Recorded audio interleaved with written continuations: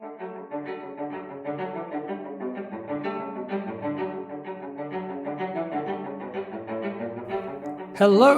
welcome to the Science for Policy podcast. My name's Toby, and today I'm joined by Professor Carina Keskitalo, who is Professor of Political Science at Umeå University in Sweden.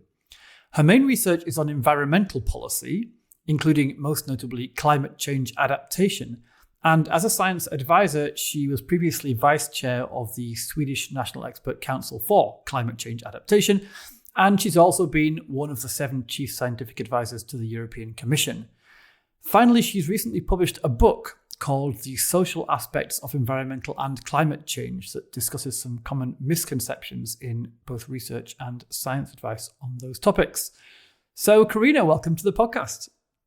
Yeah, thank you so much.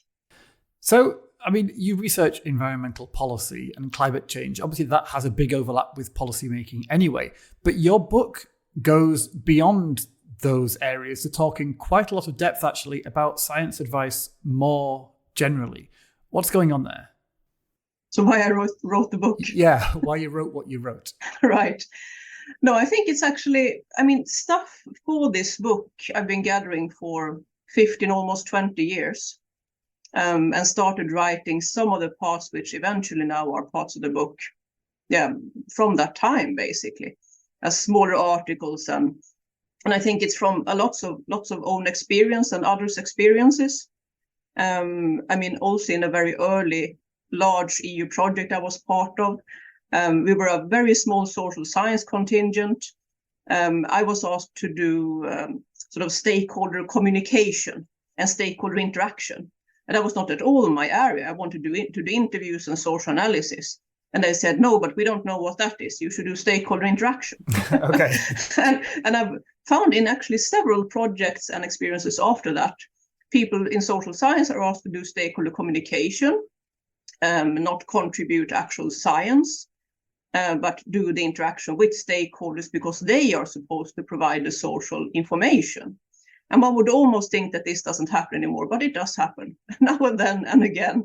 The idea that basically what is the linear model of science advice, that only science, natural and technical science, has the actual science. The stakeholders in policy or wherever are supposed to be interested in this and be able to ask the questions or get the communication. And then they are supposed to change based on this knowledge.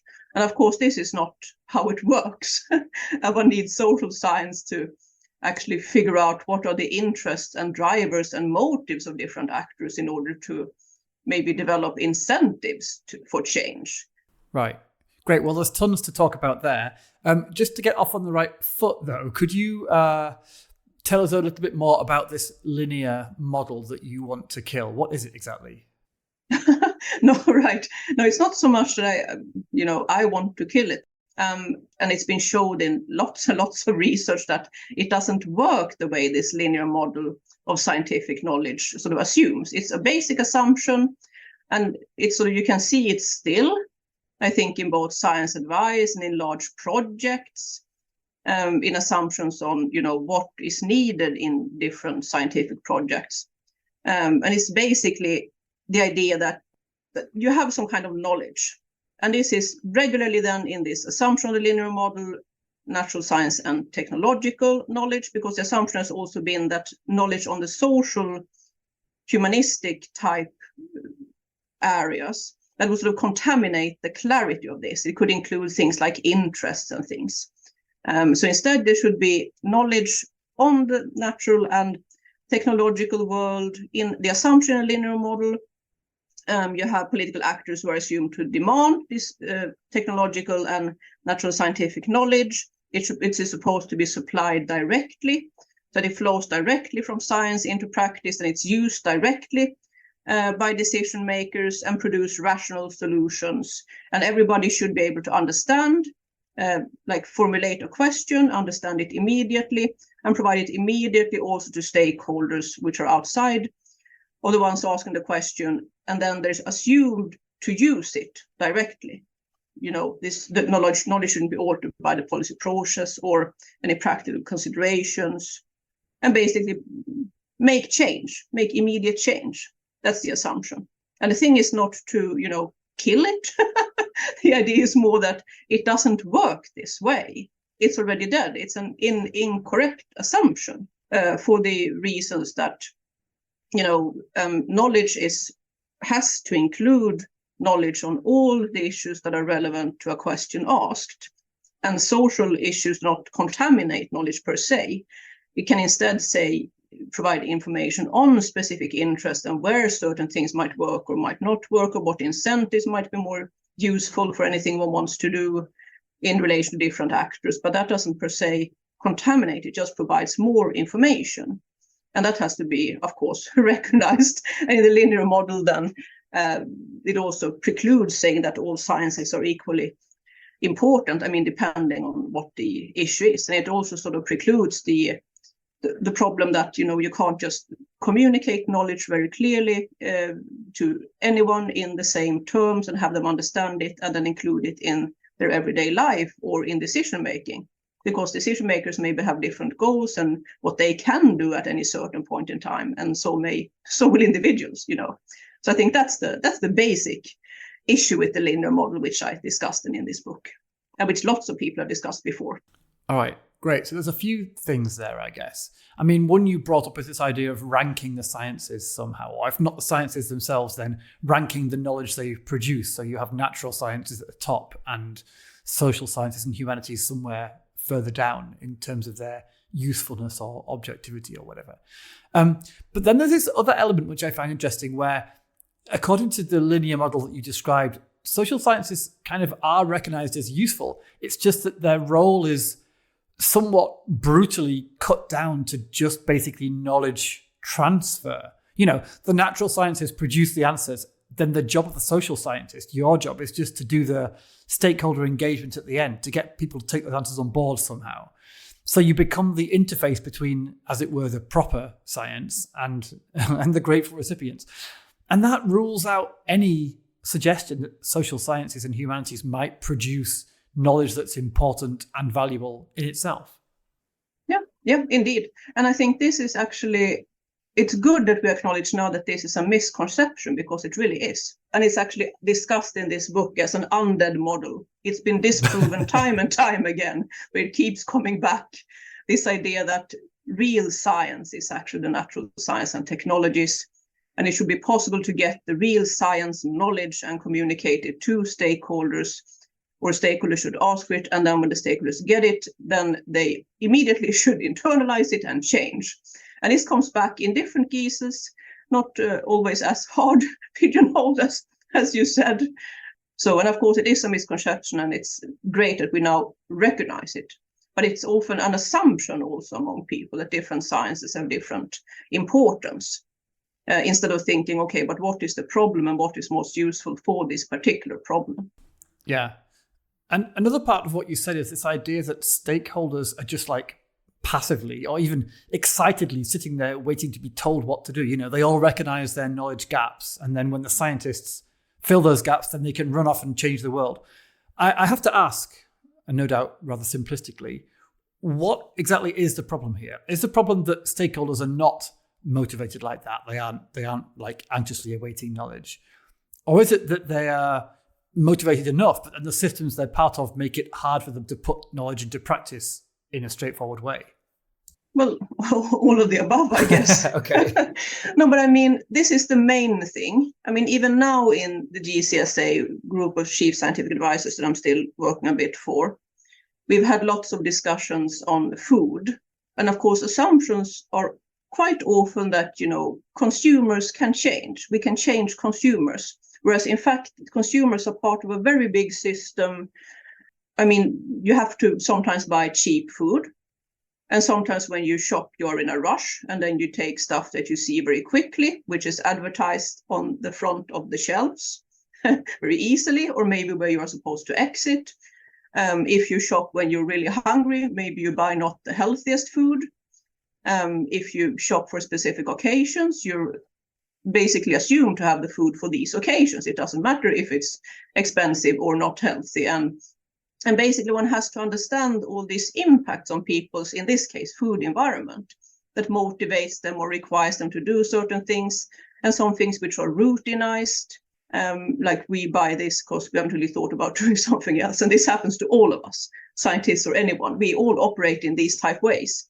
So basically, it's about understanding not just the things that any stakeholder would say if you ask them, because people would say, yeah, of course, I try to shop healthy, but you have to understand what actually drives their behavior in terms of routines and time and the sort of structure in which people do things, which for the shopper in this case might be the supermarket and prices. But if you work in, I know I've looked at forestry at some cases myself, and it's also the system who contacts you on selling. Yeah, what are the prices? What are the sort of assumptions on how you use land? What are the motivations? How does the larger driving system work?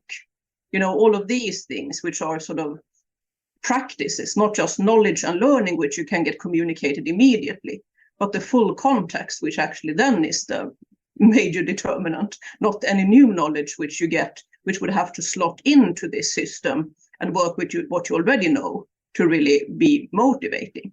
And sometimes you also need incentives to really drive them people's action. Think about what can be made cheaper or subsidized, or what should actually be more expensive, or how can you actually change the behavior of these other actors in the system. So all these type of things you really have to think about if you want to get change. And that's basically social issues, social, economic, and political. Okay, I want to bring you back to something you said a little earlier about the motivations behind the linear model, why it exists, why it is, as you say, like some kind of lumbering undead monster that won't stay in its coffin. Because it seems like it does have some basically good, positive life force powering it. I mean, this idea of wanting objectivity, wanting to separate the knowledge from the implementation to like keep the science. I think you said to not let the science get changed along the way, right? So I take your point that the linear model doesn't work, but how much of those noble intentions, if you agree that they are, can we preserve? Like, does a functioning science advice process have to give up on the independence of facts from policy intentions, this conceptual firewall between the question and the answer? Yeah, but for instance, the group of chief scientific advisors case, then obviously there's knowledge that is wanted. But then we communicate actually with the people asking the question, because sometimes questions also include things which might not be possible to answer scientifically by any type of science. It might be, a very lay or different question where, the assumptions on science or other than science can deliver. So then actually we are changing the information they are after by saying, we can supply this. And also in the process, science changes the question by saying, we can supply this type of information, but not that. And then that is supposed to go back to policymakers in a way they can understand. So, one has to also see that knowledge isn't one thing. It has to be packaged. So it is per se already not being changed, but qualified. Like, if you used in this situation, we have knowledge from maybe national level in these countries, but not from these other countries. So we basically don't know. So if you want to use this at the EU level, we do not know per se. And also the objectiveness. I mean, often in social sciences, we talk about intersubjectivity.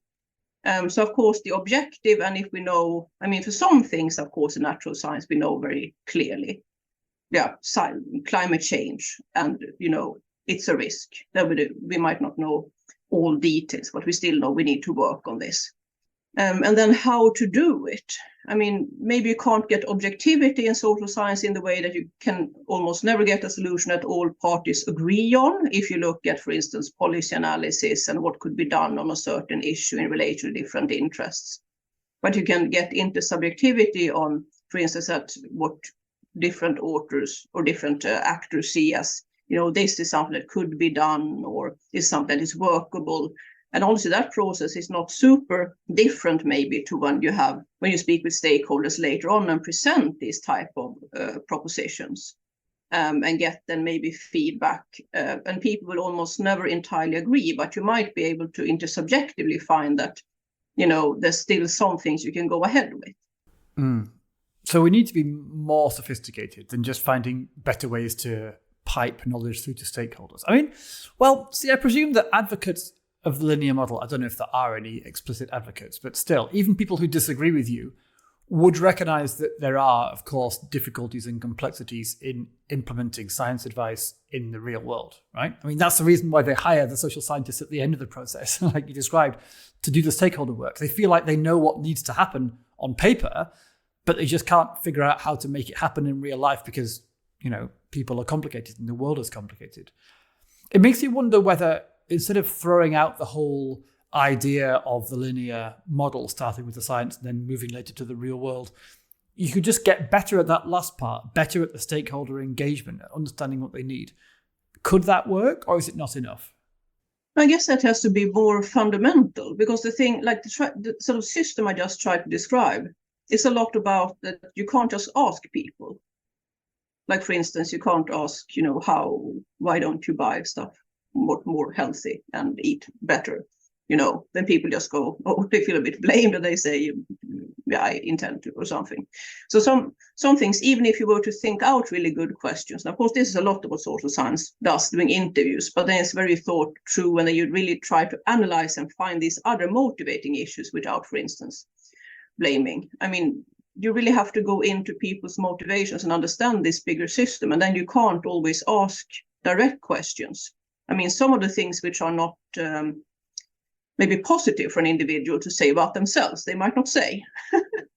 For instance, I mean, if all people would agree that, basically, of course, we should work on climate change, but they also know that, well, there are some things we can't do in where we work right now. They might not entirely necessarily say that.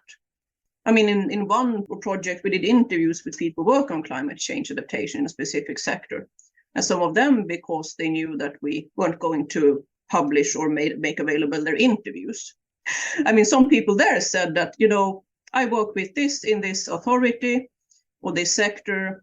I really feel that my job is basically greenwashing.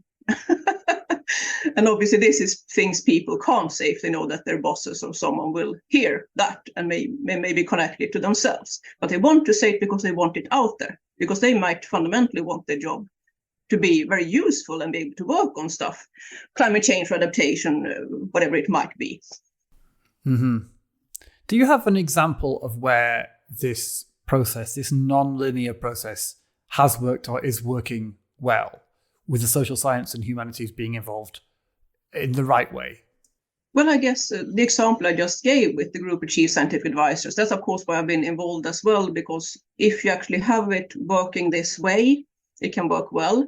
And also because there you do have social science and humanities involved, not just in any type of stakeholder capacity, but in a science capacity. And then, of course, it very much opens to getting that information in at all instances where it's relevant. So, for instance, with foods that we discussed at an earlier point, there were also, I think, in some cases, assumptions that, okay, but now we will have a natural science group that looks at, how can we get better food out of certain systems? And then me and others, also said that, yeah, but if it's about how to do that, it's also a social science question.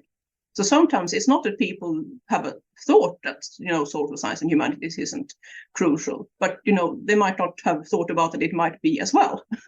So the assumption is sometimes towards natural science and technology. And I think actually Group of Chief Scientific Advisors does important work to correct that, to actually get all relevant sciences in to answer all questions. So that you really think, what is the question and what does it cover, instead of assuming that it's some specific types of sciences. So I think this is really, really crucial. Yeah. Well, I mean, correct me if you disagree, but it seems to be that social sciences are going to be pretty essential to any science that has an aspiration to affect the real world, which basically means any area of science advice. No, I would agree. Natural science really can contribute the what in a way that social science maybe can't. We need, what is the problem? Well, the problem is that we have a depletion of fish in the sea, or a depletion of biodiversity. It's fallen by this and that much over so and so long, and we have these risks, and climate change is increasing so and so much. All of this are basically natural science type questions. But then what do we do about it? Then the how, that immediately becomes a social science question. Because then it becomes a question not just about, okay, we obviously need to have a lower degree of climate change, we should keep down to 1.5 degrees, but how do we do that? Then it's about the incentives.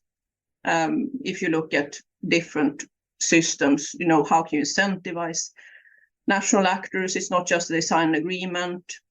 How can they work to incentivize local and regional levels? And then you really to understand the systems and the how, then it becomes a social science question as well. And to actually a fairly large extent, a social science question. Yeah. And I guess it's more complicated even than that sounds, because, I mean, okay, so what then goes to how, and then how goes to which policy instruments, which incentives or whatever, but that's still kind of linear. And I guess it isn't linear even here, which maybe is your point, because with something as big and complicated and self-feeding as the climate and climate adaptation, it's not like you can send your natural scientists home once they've told you what the problem is, because we need natural science to come up with solutions too, like what solutions will actually have the effect we need, reducing the temperature rise or whatever. And equally, we need social science to steer and propose and lead on what solutions are possible in terms of actually being capable of being put into practice. So it's like a conversation the whole way along. Yeah, sure. In this book, I look at, for instance, this linear model of scientific knowledge, how it's been practiced. I look a bit at, the IPCC reports, where sometimes social science has been treated more as, discrete features, blanket terms, its opportunities and barriers, which sounds like then they can be removed. It's been often a focus on lower or community levels for change, with some kind of assumption that you can get change more bottom up than top down, which is not entirely certain, And also it's been a focus on that if people just get the right knowledge, they will change. So like a focus on learning and knowledge sharing. I mean, then you really need to get lots of social science in to correct this assumption. In this book, I also quote, I think it's Overland and Sovakol, who have done studies, I think, a person who worked on energy and felt that he didn't really get a focus in the regular energy journals, which were largely social science, who noted then that this has been underappreciated in contemporary energy studies, with only 20% of authors with training in any social science discipline on writing on energy, only 0.3% of authors with disciplinary affiliations in basically social science areas, only 5% of citations, social science, humanity areas. And then they also did a study saying that only 0.12% of funding for mitigation research internationally was awarded to the social sciences, so less than 1%. And this, of course, then says something on, I think, the gravity of, there's actually not so much focus on the how. There's still some kind of assumption that, people should basically change because we now know we should. I think in this book, I quote also some people who have the understanding that, one reason why there's been climate deniers is to some extent that the focus has been so much on, is there climate change or not? If we were to get more social science in, then people could instead quarrel about the suggested solutions. Because then we would have left behind the idea of, is there climate change or not? Then there could be ideas on, we should implement this or that policy, or these kind of changes, or they should be made more expensive. And then people will certainly quarrel on that. So people are always going to argue, but please let's give them something constructive to argue about. Yeah, for instance, I mean, and now it's so embedded, this idea that, is there climate change or not? But we certainly do know with great scientific evidence that there is. So now it's really time to move to the solutions part. And of course, people already see energy and all sorts of things, food getting more expensive. And so it's certainly time to act now on the how and on the incentivization and understanding the systems that have not made this possible for us to change. I think Al Gore said or wrote in one of his works that he thought even for 20 or it was 30 years ago that, but this we will fix this, we will understand this is an important issue and fix it. So what are the things that hinder us?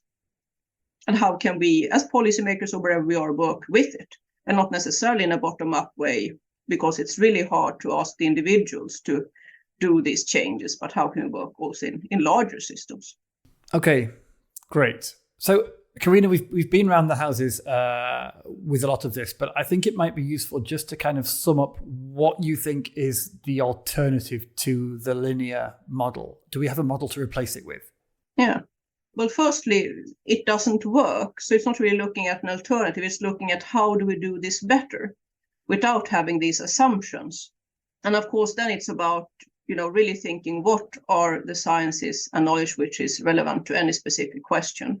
To not assume that people like stakeholders will be able to change the way they live just due to getting more knowledge. To not assume that, knowledge and learning is the way to really get people, individuals to change, because there's so much else in their lives, which, then you have to look at incentives and different things. And to also know that knowledge is to a large extent an issue of power. I mean, social knowledge. So if we really want to know how to get change, in the world, then we really also have to look at power relations. What are the different actors that determine certain areas? Does maybe law or policy work in different ways? Often it's been developed in a national system, for instance, preferencing different actors, because these have been of national interest or export, and it's played a large role for export funding coming into the country. Or so there might already be injustices in policy and legislation, or that preference areas where we now think about it more as, these are areas where overuse of resources is maybe supported. And this, I think, you can probably find in most countries' cases of. And then really to do institutional analysis of power relations. And these become then huge issues, which are almost never covered clearly in climate change adaptation debate or taken up as large, issues. And these are the things I think people can potentially really quarrel about. And instead of quarreling about proven things, and instead, discuss, okay, so how do we change these systems? And of course, this will be researchers, often social scientists discussing this based on, okay, but what does legislation look like right now? What kind of interest does it preference? What other actors are involved? How could this potentially be shifted towards more sustainable use? And here people will have numerous and enormous amounts of understandings, and there will be enormous amount of interest groups. But then at least you move the issue from one where you assume that, well, you can just communicate knowledge and get change, to one where it's really a debate on the actual practical issues and policies and legislation and so on that needs to be changed, or strategies. So I think that's just, it's not a great answer in the way that this is long term. It takes a lot of resource to get these answers. It may be numerous actors, of course, who don't want to implement them, but at least then one moves the discussion away from, more simplified assumptions to really the key matter of change, if this is what we're talking about. I find that intriguing. I mean, there's one thing that I hadn't really appreciated before this conversation. Is not just the role of social sciences in contributing knowledge and, achieving what we want to achieve, but also this sort of tactical role in shifting the debate. Like, I mean, what you're saying is if you only throw in the natural science, the hard facts, and expect people to take them on board, that's what becomes the contested territory. Whereas if you include the measures to be taken and how we should respond and so on, you can, in a way, like move beyond the boring argument about what we know to be true anyway, and move the battle into more constructive territory. I like that pragmatic angle. Yeah, and this is of course not me saying this. I mean, I'm saying it now, but I'm quoting or, referring to people I summarize in this book.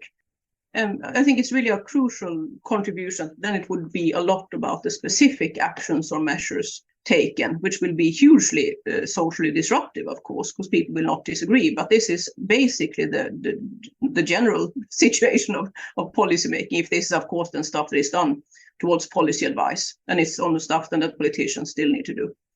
In areas they want to work, and of course, then they decide what they do or not. But this is also the limit of science in any form. You can just supply the knowledge and then you see what is done with it. But to get the use, then I guess one really needs good models of science advice, where one looks at the question, is able to maybe modify the question to make it researchable and provide information to actors that want it. And in other ways, it's actually really, really hard to provide knowledge and really think about, okay, if we want to change individuals, then we maybe first have to change things in the systems. Fantastic. So thank you very much indeed. I've enjoyed some really eye-opening insights here. I mean, you say that you don't want to kill the linear model because it's not living in the first place. It's undead.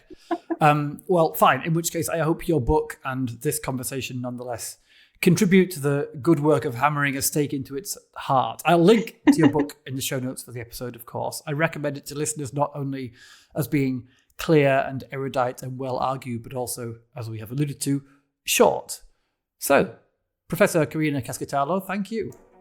Thank you so much.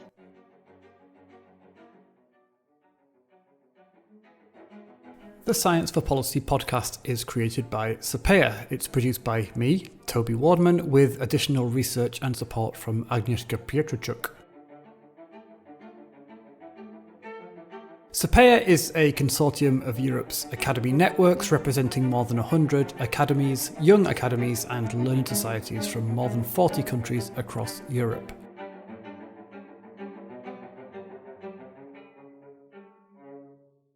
We're part of the European Commission's scientific advice mechanism, and as such we're funded by the European Union. Having said that, the opinions you hear on this podcast are those of the guests, and sometimes mine, but certainly not the views of the European Commission. This music is composed by Carlo Alfredo Piatti and performed by Elizaveta Sushchenko, and this last bit is particularly good.